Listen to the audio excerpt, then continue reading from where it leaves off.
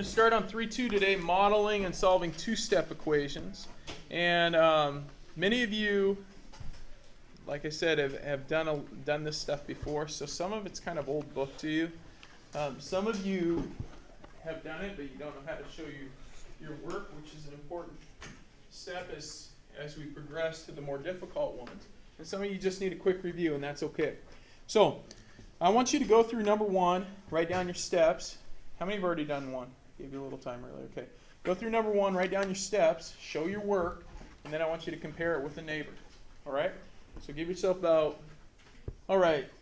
So how many of you looked at someone's paper where they drew that line? Now, a big part of this, I want you to start separating the two parts of the equation. I know right now you can see the equal sign, but the expressions get bigger and bigger on each side. Now, when I say expression, that's a word some of you have seen before. You just don't know, like the difference between that and an equation. This equation, 2a plus 1 equals 7, is made up of two expressions. One expression is 2a plus 1, this side of an equation. The other expression is 7. Okay? So my goal is to always simplify both sides as much as I can. Now today you're not going to have a lot of simplifying going on. There's not much you can do here. Can I put 2a and 1 together? No. How come? Brenda? Because one has a variable. Good. One has a variable and one doesn't. They're not like terms, okay? So I can't simplify. So what I need to do then, if I can't simplify, is to get everything away from that a. That would mean I'd have to move the 1 and the 2. Okay, which one do I move first? Okay? The 1, you have to subtract 1 and subtract 1 from 7. So subtract it from both sides. Good. Subtract 1 from both sides. I get, on this side I'm left with 2a. This side I'm left with 6. So now I have a new equation just like yesterday. So we can kind of almost ignore this top part now. Our new equation is 2a equals 6. If 2a equals 6, I know you guys can do that in your head, but right now I just want to see the steps. Eventually I'll let you finish that up in your head. Divide by 2. So 1a equals 3. Remember, the reason the line is there is to separate the equation. Now, how many showed your steps? The minus 1 divided by 2. Okay, good. I'd like you to get the line on there, circle your answer, make sure you have your variable equals. Okay, eventually you're going to have more than one variable. So, all right. So, number 2 and number 3. I want you guys to go through 2 and 3 if you haven't already done so. So we're doing some of the problems right off our assignment. These are off the example side of your assignment. Just try 2 and 3 there, please. Okay, so we had Chelsea and Caden come up there. All right, so number 2, we add 5 to both sides. Well done. I'm going to put the line down, the equal sign. So our line kind of zigzags on this one, I guess. Okay. Add 5. Good. Then divide by 3. Well done. X equals 2. Now we can check it. Put 2 back in. 3 times 2 is 6. Minus 5 is 1. That works out. Good. Like the straight line here. Good. Add 7. Nice work. And we get 18 divided by 2 is 9. Put 9 in. 2 times 9 is 18. Minus 7 is 11. That one works out. Hey, well done. Any questions there? Nothing major. All right. Okay. Let's try at least one more. Let's do number 9. Number 9 is a bit different. Okay. Actually, I want to try 2 more. Let's do 9 and 11. 9 and 11. All right. Very good. Go at those there. Hey, so we have negative 7. Good. Subtract. We get negative 28. We're going to bring down that x there. That's going to be a negative x, right? So negative x will equal negative 28, meaning positive x will equal positive 28. So let's not forget our switch our sign there. Good? Okay. And then here, number 11, subtract 8 from both sides. We get 5 equals negative x. Divide by negative 1, we get, yeah, remember this is like having a negative 1 in front of that x right here. So that's why TT divided by negative 1, and we get negative 5. And remember, you can always put them back in. If I put negative 5 in here, keep in mind that minus sign's still there. So it's 8 minus negative 5, which we learned yesterday, 2 marks. That's 8 plus 5, or 13. Okay. Any questions there? All right, rate yourself 1 to 5. 5, you got it. 1, not so much. Okay. Very good.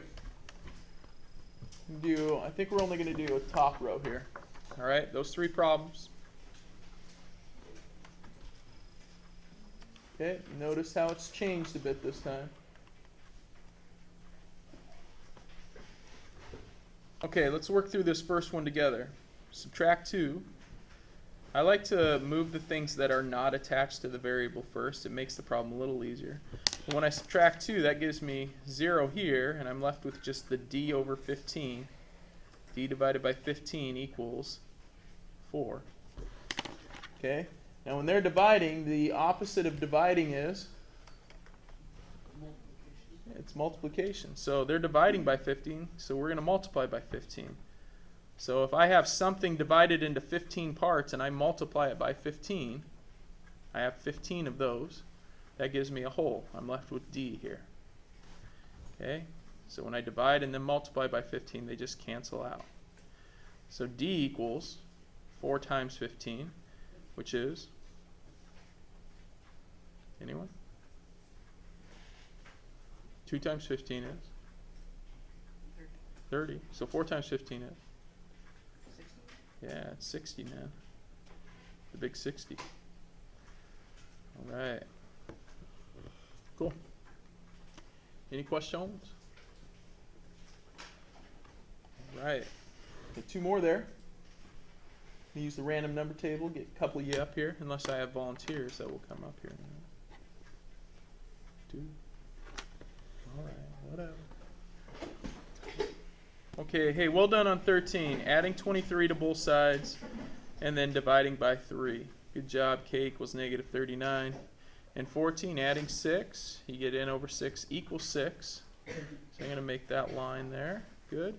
And then multiply both sides by 6. So we get 6 times 6. So n equals 36. Well done. Nice job. Jaden and Jake, Lily, and Trinity. Well done. Hey, number 17 was the next equation I wanted to do, and if you take a look at that one there, note that there's a negative sign there. Now, anytime you have that negative sign, anytime you have a negative sign like that, the negative actually could be attached to the top. It could be attached to the bottom. It could just stay in the middle like that. I usually attach everything to the top, and it's just kind of a common rule I follow when I'm going through and teaching this to you. That's going to give me a negative z over 8 plus 9. Now some would just attach it to the bottom. Okay. Oh yeah, that's Focusing on your hands. crazy. There we go. Thank you. Thanks for pointing that out, not just staring and laughing. That's kind of embarrassing. All right, so then we can go through and subtract our 9.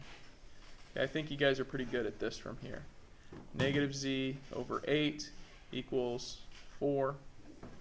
And then multiply by 8. Now, if you would have attached the negative to the bottom, you could have just multiplied by negative 8 and been done with the problem.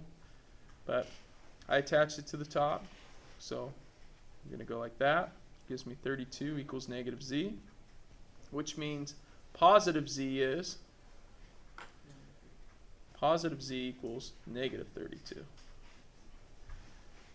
All right. Kind of ran through that other problem there. Positive z equals negative 32. Okay. Any questions there? Okay. Hey, one last one, number 18, and then you guys will be done with the example side of your assignment. I think we'll call it good on that. You guys have done a good job at explaining that. But number 18, a computer repair bill was $225. This included $75 for parts, $50 for each hour of labor. Find the number of hours of labor. Okay, first thing we need to do when we're doing story problems. First, how many of you love story problems? They're like your faves. Good. How many of you don't like story problems? You think of story problems like a bedtime story. You know, your parents come in, they're like, hey, a computer repair bill was $225. You're like, whoa. Okay, it's probably not a good bedtime story, but you could try to be a word eliminator. I always like to start with the last sentence because that generally tells me what my variable is. Caden, you good dancing there? Yeah. Nice, man. All right. Find the number of hours of labor. So that tells me what I don't know.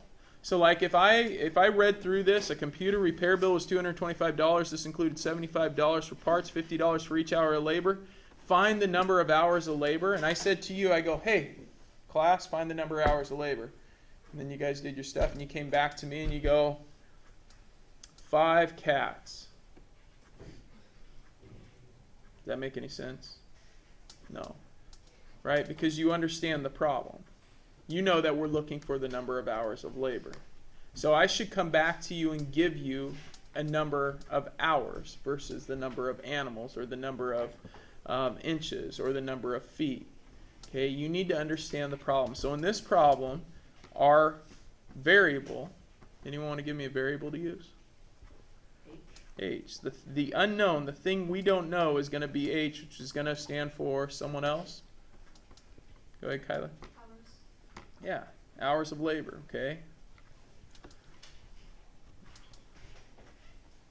So we define our variable.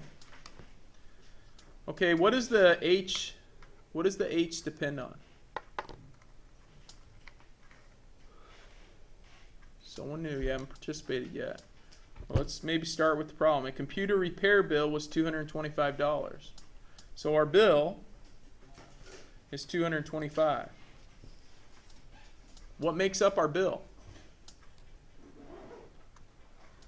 Well, let's keep going. We're done with this sentence. Look, we're eliminating the problem. This included $75 for parts. So what's one thing that made up the bill? Yeah, parts. That included parts, which we know is $75. Hey, we're done with this part. And $50 for each hour of labor. How do we write $50 for each hour of labor?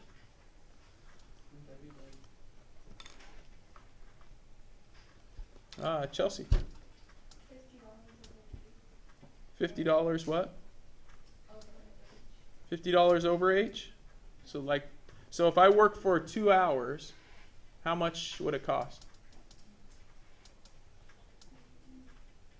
We know it, hey guys, at this point, most of you know it's either 50 divided by H or 50 times H. How many agree it's one of those?